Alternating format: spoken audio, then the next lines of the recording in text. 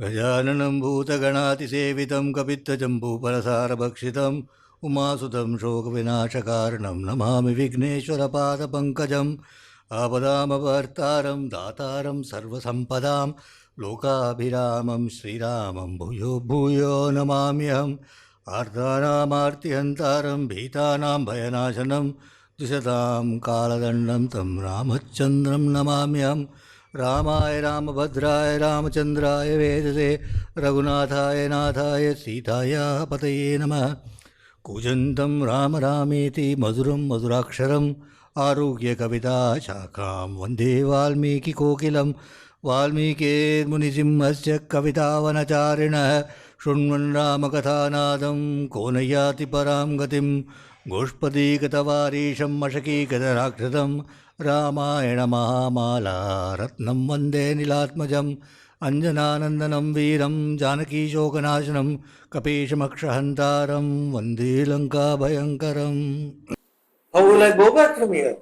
If I go back, then Angada and Jambhavan will ask me what happened, and what will I tell them? Already the allotted time of Sugriva is over.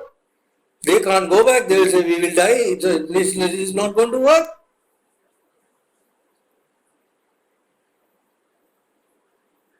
So what am I to do? Anirveda Siyo Moolam, Anirveda Param Sukham, Anirvedo hi Satatam, Sarvartheshu Pravartaka.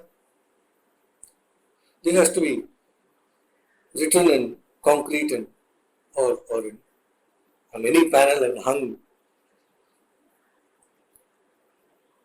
in offices, I think. Anirveda Siyo Moolam. Anirveda means dauntless enterprise. Effort. Without feeling, it's not going to work. Without that dauntless effort. Anirveda Shriyo Moolam. That is the root of all prosperity. Anirveda Param Sukham. That itself is Param Sukham. Anirvedo hi satatam sarvarteshu pravartaka. It is ever the engine, so to say, for achieving all objectives. Karoti sasapalanjanto karma yattat karoti tah tasmad anirveda karam yatnam cheshteham uttamam. It is effort which brings success to all that a man undertakes. Therefore, I shall not let myself sag. I shall, with unflagging zeal, make another determined effort, search all over again. There must be places I have not seen in this territory of Ravana. I need to now look at places where I have not looked before. Yes, Ravana's mansion in the Pushpaka Vimana, everything is magic out here. He went to the cellar. He found his way to the cellar. Basement. He went to all the outhouses. There were outhouses, there were small shrines, temples, places of worship. He went everywhere. He opened every door. When he could not open, he broke the door.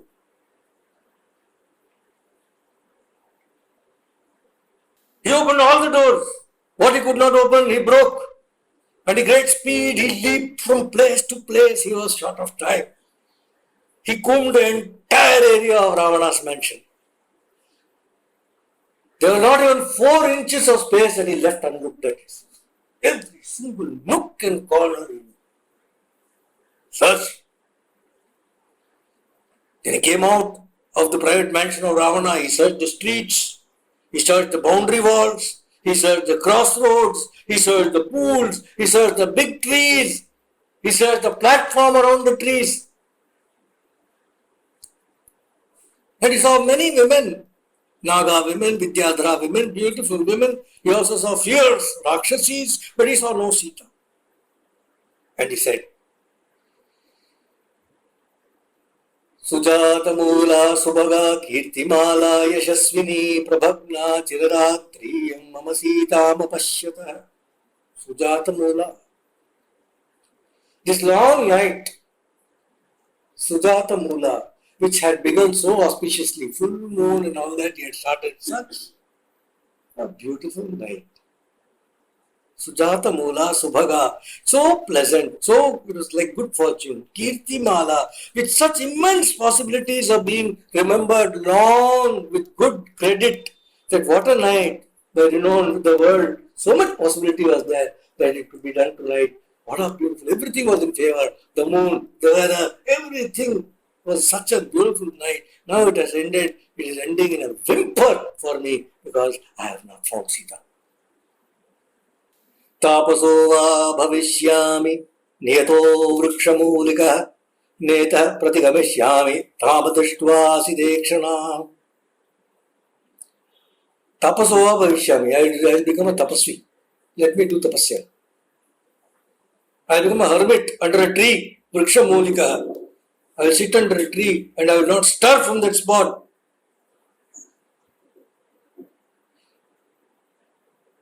Without seeing Sita of black eyes. I cannot go from here. What should I do? Should I simply go and slaughter Ravana? Shall I slaughter Ravana and toss him across the sea? Or should I take him, catch him like this? Go, one jump, go to Rama and give it to him like, here, take this sacrificial animal. Sacrifice it. What should I do? Very spotted, something. Ashokavanika cheyam drishyate yamadruma imam adhigameshyami nahiyam vichitamaya. Yonder there is a grove of Ashoka trees. And I have not seen this place before. So there was something in him which said, I have to look there. Why we know that he was a little bit more special in his searching than the other places? Because he Pasun Rudra Sadadityan Ashvino Maruto Vijay Namaskritva Gamishyami Rakshasam Shokavardhana. I shall go there now in order to increase the sorrow of the Rakshasas. But I shall go there. Before I do that, let me pay my obeisance to the Vasus, the Rudras, the Adityas, the Ashwinis, the Maruts. He got up and he prayed. Namostu Ramaya Salakshmanaya Devyai Chatasyai Janakatmajayai Namostu Rudre Yamanilebhyo Namostu Chandrarka Marudganebhyah Namostu Ramaya. Salutations to Rama, salutations to Lakshmana, salutations to the Devi, who is a daughter of Janaka, salutations to Rudra, salutations to Yama, salutations to Vayu, salutations to the moon, the sun, salutations to the host of gods. Having thus made his prostrations to them, he also prostrated Sugriva, the king. And then he scanned the boundaries of that huge Ashoka Vatika. On all four sides, he went and had a look. And then, being already present mentally there, in that beautiful grove, he pondered on what he should do next. This place must be searched. I have made my body small in order to confound Ravana and his people. Siddhim me samvidhasyanti deva sarshiganastriha brahma swayambhur bhagavan deva chaiva dishantu me siddhim agnischa vayuscha puruhutascha vajrabhat varuna pashastascha somaditya tathaiva ja. Once again he prayed for success. In this time, in my search, may I succeed. अश्विनौ च महात्मानौ मरुतः शर्व एव च सिद्धिं सर्वाणि भूतानि भूतानां चैव यः प्रभुः दास्यन्ति मम ये चान्ये ह्यदृष्टाः पथिगोचराः.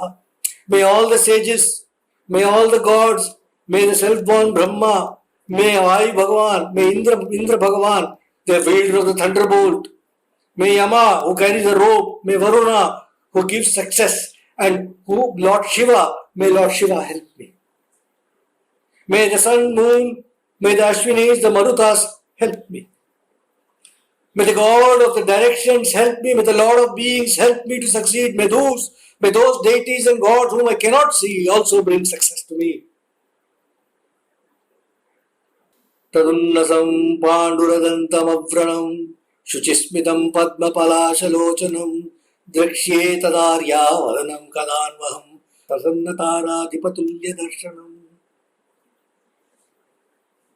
When shall I see Tadunnasam, the lofty nose, the beautiful white teeth, the flawless face, the lovely smile playing on it, the eyes like lotus petals of that noble lady whose face is like the full moon. When will I see? Kadanvaham. Pondering for a while near the grove, the powerful Hanuman leapt now from Ravana's mansion onto one of the walls that enclose the grove. Standing on the wall, he looked in, and his body thrilled with joy looking at the place. He saw all the trees inside. It was the most beautiful garden he had ever seen. What a beautiful place! Covered with flowers of early spring. We saw spring had come. So the early spring flowers were there. And there were birds. It was now early, almost morning. Birds were all crying, all singing everywhere, teeming with quails and peacocks and numberless flocks of birds and everything. And here was Hanuman, a man from the forest, a monkey. This was party. This was beautiful, this place. He just jumped in and he swung from tree to tree to explore this place. And swinging from tree to tree, he woke up the rest of the birds which were sleeping still. Some birds were still lost in a sweet slumber. It seems 10 minutes more kind of thing. They were sleeping. And here was Hanuman just leaping from tree to tree like an alarm clock, and they all flew away. They started flying away, and suddenly they were flying away. They caused a shower of flowers on Hanuman. So Hanuman was soon covered with flowers. He looked like the season spring on the move, says Valmiki. As he moved around, he looked around, he saw beautiful pools of various shapes, full of pure, crystal clear water. Sweet. And these pools, everything was perfectly designed. They had steps to the pools which are made of jewels, staircases made of jewels. Into those pools, there were beautiful lotus and lily flowers, designer pools, full bloom. Hundreds of creepers above the pools. They are covered with flowers of the wishing tree. And then he saw beyond those pools, he saw an artificial mountain. And down the mountain, one stream was flowing nicely down the mountain. It was descending from the hill. And Valmiki says to Hanuman, it looked like a beloved jumping away from her lover, running away in anger or something. From the lap of the lover, just jumping and running away. And on whose banks there were trees with branches bending low and touching the stream. It looked like relatives restraining that lover, beloved from going, hey, don't go, we will sort it out, kind of thing. And then soon the stream which is running down is turning back, it seems, in some place. suggesting to the great ape the picture of the same woman returning graciously because the lover is propitiating her, saying, I won't do it again, or whatever he's saying. So she's coming back. And the ape is watching all this. Then he noticed an oblong pool. An oblong pool full of beautiful water. It had steps. And around the sand banks of that pool was pearl dust. Pearl dust was the sandbank of that pool. It was thronging with birds and ducks and all that kind of thing. And then nearby there were some beautiful mansions, specially made by Vishwakarma. There are artificial woods nearby. He knew this place is one of the very special places in this grove. And as he examined it, he noticed a tree. A Shimshupa tree of golden color that stood apart somewhat from all the trees. And around the tree, there were some golden trees, shining. And next to that Shimshupa tree, there was an underground spring of water that was just gushing out nicely. So beautiful were these golden trees and the Shimshupa tree that when Hanuman went nearby, his whole own body was lit up as if it was made of gold. Kanchana Bharan. And he himself looking at himself, he explained, I am gold, I am all gold. He was wonderstruck.